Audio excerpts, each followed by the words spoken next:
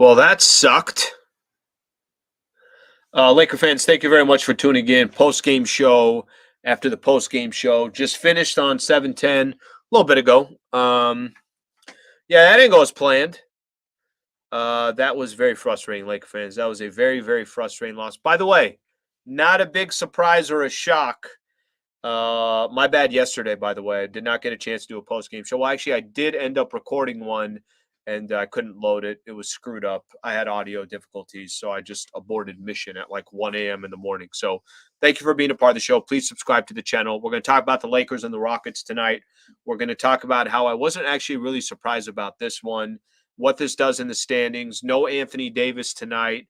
How many games do they got left now? Are we down to 12, 13? What do we got here? 1, 3, 5, 7, 12 games left. 12 games to go. Lakers refusing, by the way, to get to 500. They just refuse to get to 500. So I appreciate you all being a part of the show. I will do my best to try to read off as many of these comments as possible. Let's start here. Thank you for the super chat, by the way. What's up with the load management? Where is the evidence that prevents injury? Guys are injured left and right, league wide. How are players in the 70s, 80s, 90s playing all 82 games a year? Were they superhuman? First off, thank you for the super chat. I appreciate it. Let me try to help simplify some of this, and we could take it from there. I'm going to talk about the loss in a second, but I think it's safe to say that a lot of Laker fans are still kind of trying to figure out the Anthony Davis part and wish that he would have played tonight. He did not. He's not playing in these back-to-backs. This happened a couple weeks ago. It was a more surprise then. I think it was less of a surprise today against the Houston Rockets. Well, partially because Darvin Ham mentioned it yesterday in the post-game show against the Pelicans. I think there is a methodology to the madness, but I think it's also unfortunate that you almost kind of want a player sometimes to determine like, hey, no, I'm good. I feel good. Let me go. You know what? Put me on a minutes restriction or whatever the case is. You could kind of do it. Something along those lines is the best way for me to kind of point it out. But that is not the case. I think the way players were in the 70s, 80s, and 90s playing all 82 games of the year, kiss those days goodbye. That's not coming back. I think you also have a players association that's looking out for the players, and they're going to gain more and more power. That's going to go towards the player's advantage, I guess you can say. So that's the best way that I could call it. And don't think any of that stuff stopping anytime soon, because it's probably not. Maybe they could be a little bit more creative of how to deal with it, but I don't think that's going anywhere anytime soon. I appreciate you. I appreciate you doing the super chat. Thank you. All right, see what else we got here. Slaves. Somebody calling me late and that I'm being a patriot. Thank you for that. Let's see what else we got here. Tracy Johnson, Alan, these highs and lows this team is giving us is killing me for real. So frustrating. Okay, I'm going to go back to what I said before the game started, that why wouldn't the Rockets be in this game? They're a professional basketball team. They got some young players. They play the most young players everybody in the NBA. They're going to run up and down the court. Oh, by the way, LeBron and Anthony Davis are not playing. I mean, what is a team without your two star players, your two best players? This is not a surprise to me, Laker fans. It isn't. Doesn't mean it's not disappointing. Disappointing, yes. Hurts in the standings, absolutely. Missed opportunity, of course. Chance to go 500, all of that stuff. But to be surprised by it, I'm not that surprised. AD and LeBron didn't play. Take AD and LeBron against any team out of a game. Of course, you're going to have a great chance of losing that game. So I am not all that surprised. Okay. I'm going to read this one again. Super chat. Thank you very much for the super chat. This is going to go back to what other players used to do. Kobe plays a full season with a broken finger, wins a championship. The Lakers didn't sit him, but they decided to sit AD in must-win games. I'm not going to be delusional here and not think that Laker fans are not saying, yeah, but if AD's 100%, why isn't he playing? I'm just going to assume the Lakers have a big picture in mind. They're trying to make sure that he's there for the final 12 games of the season, -1 because there's one more back to back, so 11 games. And they think this is the right thing to do. Now, the frustrating part, and I'm sure Laker fans would share in this, Matty James, thank you for the super chat. I greatly appreciate it. The frustrating part is when the conversation was, hey, if the Lakers could have held on to that lead and you could have played AD minutes less yesterday, you could have played him less minutes, and that could have potentially been the difference of playing Anthony Davis in this game or not. Now that's frustrating. That's frustrating because the Lakers, as big as they went up yesterday against the Pelicans, they made it just close enough to where AD still had to play 33 minutes. So that part's definitely frustrating. Okay, before I keep getting into these comments, I'm going to just give my opinion on the score. 114-110. Lakers lost this game because Anthony Davis was not there. They gave up 78 points in the paint. AD's not giving up 78 points in the paint, period. He's not. So a lot of the damage for the Rockets were inside the paint. Lakers also decided to shoot 38% from the field, which is the second worst percentage they've shot all season. So that obviously did not help the Los Angeles Lakers. That was critical. I mean, they got to the free throw line. There's other things that the Lakers did, but they never got into a rhythm on offense. A lot of those players that were hitting their shots yesterday, Rui was just 2 of 5 tonight, only took 5 shots. D'Angelo was 5 of 17 for 18 points. Beasley was 6 of 17 for 16 points, 4 of 12 from the field. Austin Reeves was 1 of 7 from the 3-point line. Dennis Schroeder was 3 of 10. Lonnie Walker was 1 of 4. So all these guys that were hitting yesterday, I know Lonnie didn't play yesterday, but or maybe he got in but wasn't impactful. It was everybody else. All those shots they were hitting yesterday, they weren't hitting today. And there was never really a momentum. My biggest disappointment with the Lakers tonight is before you blinked, they're down 10. And by the time the first quarter was done, I think they're down 12 or 14, something along, I think 12, 14 at the half. And it seemed like the Rockets had just enough of a cushion all game. They never put any pressure on the Rockets. Never. There was no point in the game where the Rockets didn't feel like, guys, I think we got this game. So that part of it has a lot to do with it. Certainly that part leads to some of that frustration. All right, let's see what else we got here. Only other thing I'll say on the actual game portion of it, you got to jump out on teams like this. And if you come out right out the gate, you're up 6, 8, 10 points, you kind of set a tone right out the gate, and you don't give a young Houston Rockets team some confidence. Lakers never did that, so the Rockets were comfortable basically the entire time. AD should have played, but this game showed Lakers' weaknesses, signing Mo Bamba just to get rid of Bev. No, listen, the Mo Bamba injury we don't talk enough about. That's also a bad injury, and not having both of those guys, both of your big men, and by the way, not having LeBron is another key. Kind of just a guy that's 6'8" and can box out guys, old school dude who understands how to play the game. Just all of that not there was an awful combination for the Lakers. All right, let's see what we got here. Can D'Lo win us games? Kyrie can. That's an interesting conversation. I think that conversation will be much better for after the season. Let's see how this plays out. D'Lo as your third best player is nice, and all the other players that you can kind of fill around, because then you have enough money to go get role players and everything else. I'm more into that right now than going out and try to get Kyrie, who didn't play again. I think he's dealing with some issue. So me personally, I'm okay with building just a team and not trying to just get as many stars. Pathetic loss today, Slee. Not a good loss, buddy. Not a good loss. Can we not get to 500? I think the answer is no. We cannot get to 500. We have a tough back-to-back coming up. We seriously sitting AD again and making Wenyen Gabriel play center. We got one more back-to-back left. Thank you for the super chat.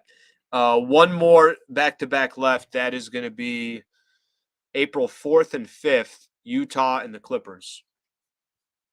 Utah and the Clippers. I mean, think about what those games could look like.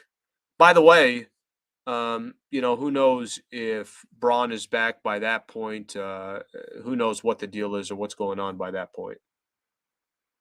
A lot of people here wondering why the Lakers don't use that 10-day contract or that last roster spot to go get another big. It's a good question, and I don't have an answer for that. I think somebody was saying Nerlens Noel, I think, is a player that's available. They might have to do that. They might have to do something just because you just don't have enough size. Now, if Anthony Davis comes back, now all of a sudden that, for the most part, is taken care of, but you don't really have a backup plan without Mo Bamba there. I think the Lakers are allergic to 500. This might be the best comment we get today. They might be allergic to 500. Might not be wrong there. Time they get close, they're like, no, we don't want to be a part of that. We don't want to be a part of that. All right, let's see what else we got here.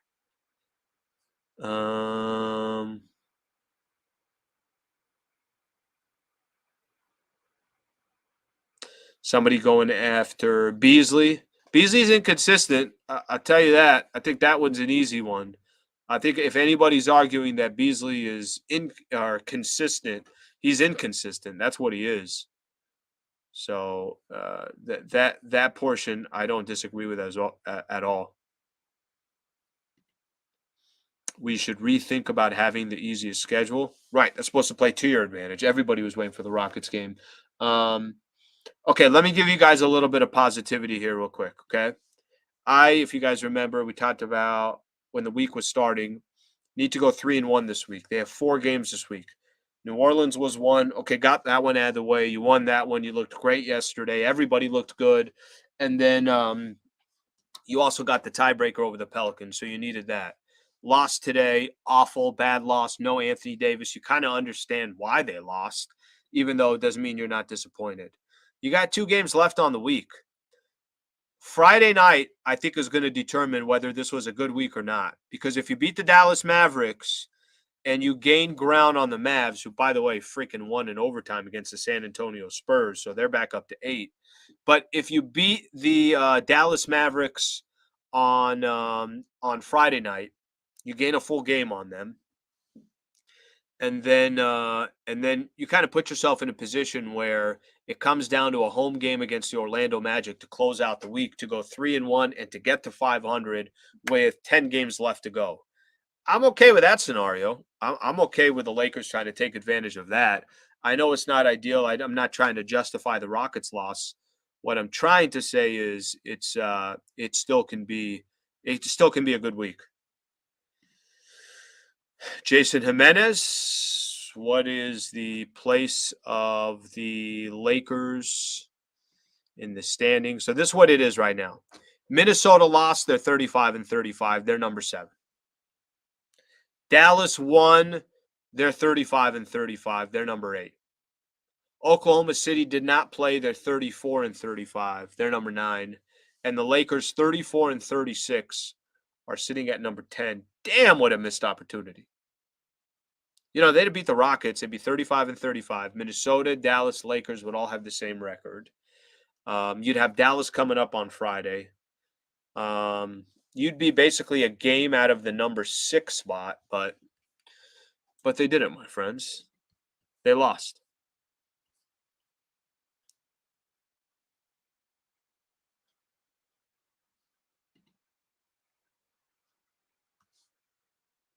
Thank you, boss. Very nice words there, and I appreciate the super chat. Shout out to San Jose, Costa Rica. Thank you, my man. By the way, are we getting another center? It's a good question. Very, very good question. I don't have that answer, by the way. I mean, if they said tomorrow, hey, we're adding a center just for this dude to sit here, because just in case something else happens again, then they try to take advantage of it. I don't think anybody's going to be arguing that. All right, let's see where we are here.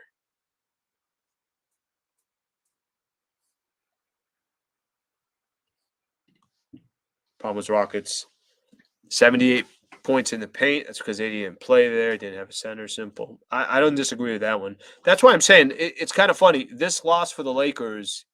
Um, this loss for the Lakers, for me, it's not a shocker. It really isn't. I'm incredibly disappointed.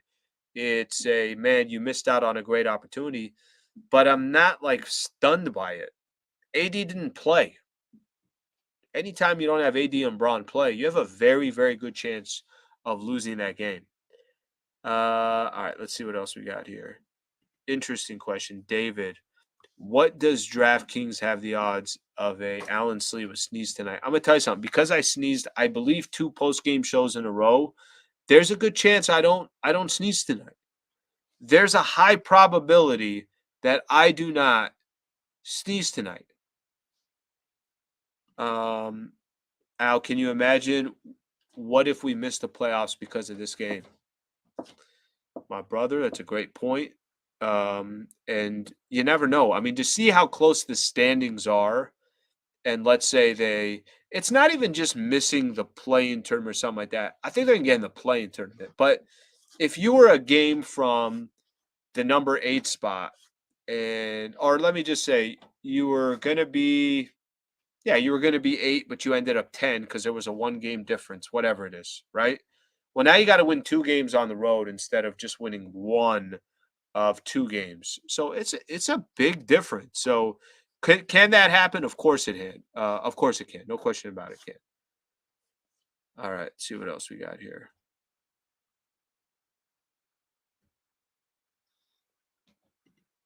Disappointed but not surprised with you there. Laker fans will go crazy if they miss the playoffs because of this game. Not lying there. Houston's the 3rd worst team in the NBA. Yeah, basically Houston has already locked up one of the 3 worst records in the NBA, which means all those teams will have an equal opportunity. 14% chance, 14% chance, 14% chance to try to get Victor Wembanyama. Allen, it's the Rockets. You're not wrong there. Okay, so do a couple things here, and then we'll call it a night. So first off, Lakers against the Mavs coming up on Friday night. So this is the latest. Dallas did win earlier. Okay. Kyrie did not play. He's got a foot issue. Luka has a thigh issue. He didn't he didn't play as well. If you told me I got to bet my money on whether these 2 guys are going to play on Friday, I think they'll both play because it's the Lakers, because it's Friday night game. I just think they'll play. And they also, this is a very important, every time we talk about an important game for the Lakers, well, on the other side of it, it's incredibly important for some of these other teams as well. So, Lakers at 34 and 36, Dallas 35 and 35. There's 1 game separating these 2 teams. It's a big game on Friday night. If I had to bet my money on it, I would think that those 2 squads are going to, or those 2 players will end up playing. See it happens. If Luka doesn't play, it shows you that he's got a real injury, and same thing with Kyrie. So we'll have to wait and see. Okay. The other thing that I want to point out here real quick. Let me just read this real quick. Arthur, thank you, Arthur, by the way. Appreciate the super chat. Why is Lonnie Walker in the doghouse? 1 minute last night, 11 today. Did he cross the coach? No idea, but since the trade, he got injured. Lakers went out and made the trades, and he basically has not got back in the rotation. I'm okay with seeing him get more playing time. I mean, I'm kind of a fan of his game. I think he's an instant bucket. I think he's probably much more effective when you got Braun and AD and some of these other guys in here because he's going to get his shot. But it seems like Malik Beasley is their guy. That's the guy that they want to use that for. So, in that regards, we'll have to wait and see. Like, fans, I want to ask you one question here. So there's a game going on right now between the Clippers and the Warriors. Both teams are 36 and 33. Do we want the Clippers or do we want the Warriors? Do we know who we want? Do we know who the hell we are?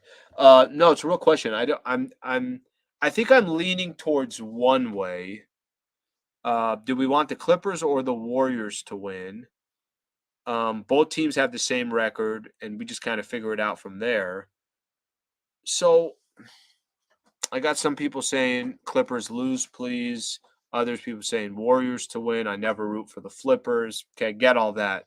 But what's better for the Lakers, I think, is the question.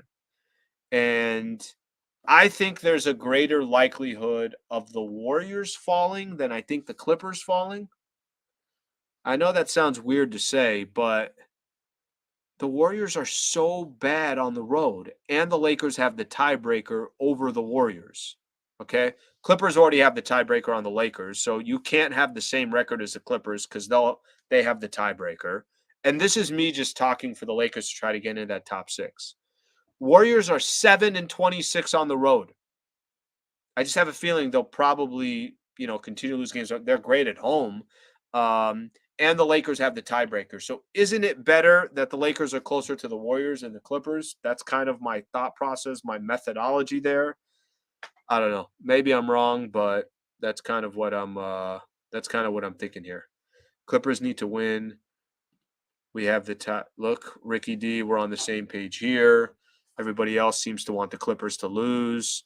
Clippers need to implode. Okay. That's one way to put it. I just want to see excited Steve Ballmer in the stands. Okay. All right. Okay. Lake fans, that's all we got. I appreciate you guys being a part of the show. Thank you for doing this. I'll be back Friday night. Friday night's a late game. There's 7:30 tip off. So I'll come on, do post after the post. I swear if I don't come on for the post game show on Friday, jabbing, right? Getting in there. If I'm not doing a couple jumping jacks because the Lakers beat the Dallas Mavericks, I don't know what to tell you guys. Honestly, guys, I'll do the whole show from under the desk. You'll hear me, but you won't see me. Okay, that probably won't happen. Appreciate you guys being a part of the show. Hope you guys have a great rest of your night. I will get back with you guys on Friday night. Have a good night, Laker fans. Thank you for tuning in.